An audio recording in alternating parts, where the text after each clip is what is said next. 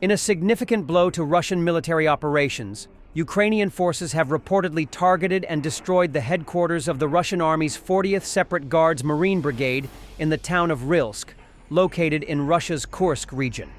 According to Ukrainian media sources, the strike, launched on May 11th, resulted in the death of Deputy Brigade Commander Alexander Danilov.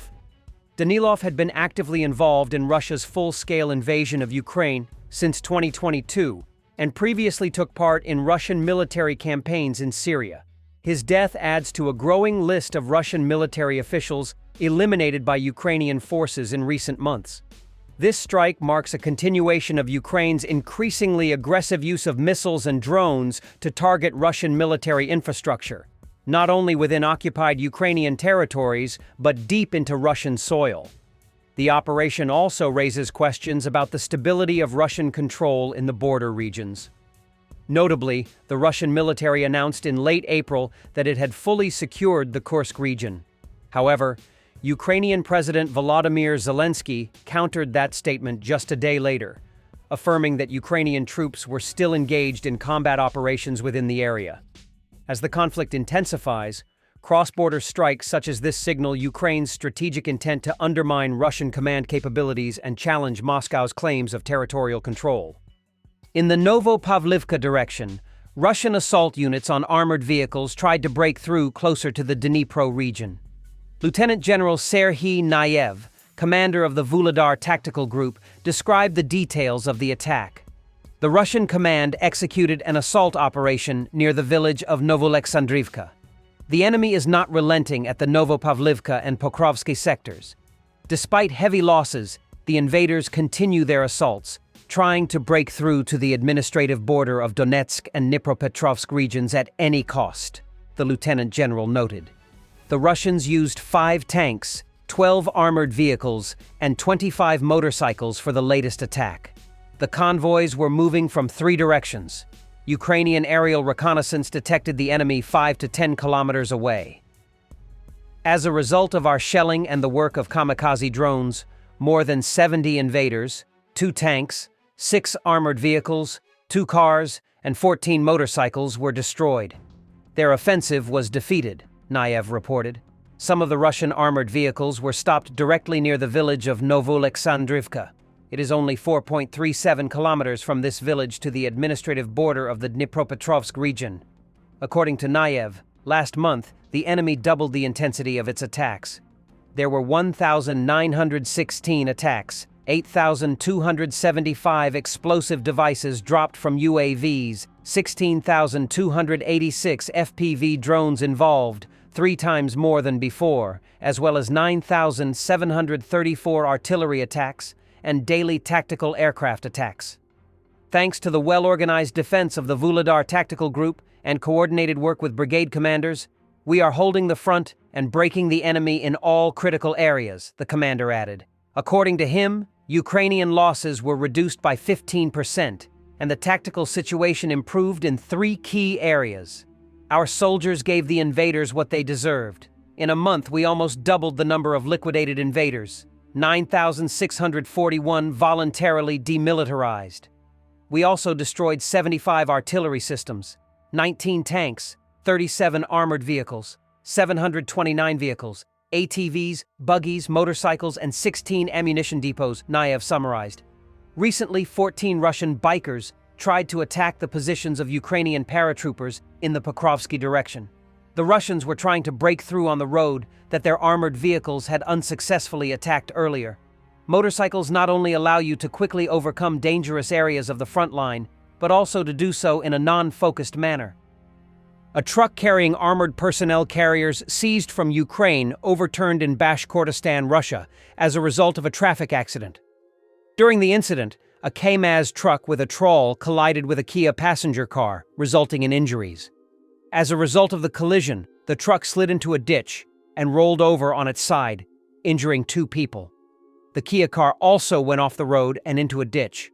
According to reports, the Russian truck was transporting VAB and M113 armored personnel carriers captured in the war against Ukraine to Ufa. Currently, the government is organizing exhibitions across Russia called NATO Trophy Equipment to showcase military equipment captured during the war against Ukraine.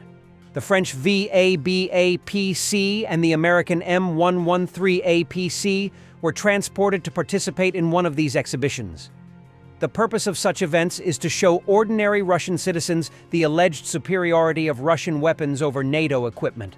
At the same time, the government is silent about its own significant losses of armored vehicles in the war. According to the Oryx Analytical Project, which documents lost equipment with photo and video evidence, as of May 1, 2025, Russia has lost 21,550 pieces of military equipment, including almost 4,000 tanks. Such exhibitions not only serve propaganda purposes but can also be dangerous. In April, a tragedy occurred at an exhibition in Komsomolsk-on-Amur when the hatch of an M113 armored personnel carrier fatally struck a 4-year-old child. Then the armored personnel carrier's ramp folded back and fell directly on the child, killing him. This January, Ukrainian soldiers of the 118th Separate Territorial Defense Brigade captured a Russian T-62M tank. As part of the celebration of U.S. President Donald Trump's birthday and the 250th anniversary of the establishment of the U.S. Army, a parade featuring Abrams tanks will take place in Washington. Reuters reported on this, citing U.S. officials. It is noted that the event will cost between $25 and $45 million. Reuters reminded that the various branches of the U.S. military take pride in their history and anniversary celebrations, which are called birthdays, across the United States and on bases worldwide. The U.S. Army had long planned to move troops and equipment to the National Mall in Washington on June 14th as part of its anniversary celebrations. The plans now also include a military parade, as the event coincides with Trump's 79th birthday. Two U.S. officials, speaking to Reuters on the condition of anonymity, shared that the final cost could reach up to $45 million. One official noted that this amount reflects several million dollars more than the original plan, which didn't include the parade. The Army intends to send approximately 24 M1 Abrams main battle tanks to participate in the celebration. These estimates do not account for additional costs Washington, D.C. will incur, such as waste removal or road repairs damaged by the heavy tanks.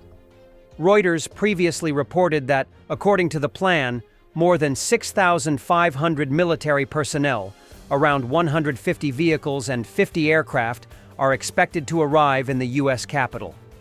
Critics have called the parade an authoritarian display of power, describing it as wasteful, especially considering that the Trump administration is cutting spending across the entire federal government. The United States is considering the development of a new F-55 combat aircraft, as well as the modernization of the F-22 fighter jet to the Super Raptor version. President Donald Trump stated this during an event at the Al Udeid Air Base in Qatar. "We're going to do an F-55, and I think if we get the right price, we have to get the right price. That'll be 2 engines and a super upgrade on the F-35, and then we're going to do the F-22, Trump said. It was not fully understood what exactly the president meant by calling the project a super modernization of the F-35, since the announced development of a twin-engine design can actually be considered the creation of a new aircraft. The announced F-55 project may be related to the FA-20 program, an initiative to replace the U.S. Navy's FA-18 fighters with a new type of stealthy 6th-generation fighter. The program is expected to be implemented in the 2030s. Due to defense budget cuts, the Navy and Congress on the one hand and the White House administration on the other have been fighting for a long time to preserve this program. The announcement of the tender winner, which is being competed for by Boeing and Northrop Grumman, was expected back in March, but it has not happened yet. Secretary of Defense Pete Hegseth suggested delaying the program for 3 years, which posed a serious risk of its cancellation. In his speech, Trump also emphasized the importance of the F-47, a promising air superiority aircraft, while noting that the United States is simultaneously considering the F-22 modernization. "I think the most beautiful fighter jet in the world is the F-22, but we're going to do an F-22 Super. And it'll be a very modern version of the F-22 fighter jet, he added, adding in regards to the modernization that we're going to be going with it pretty quickly.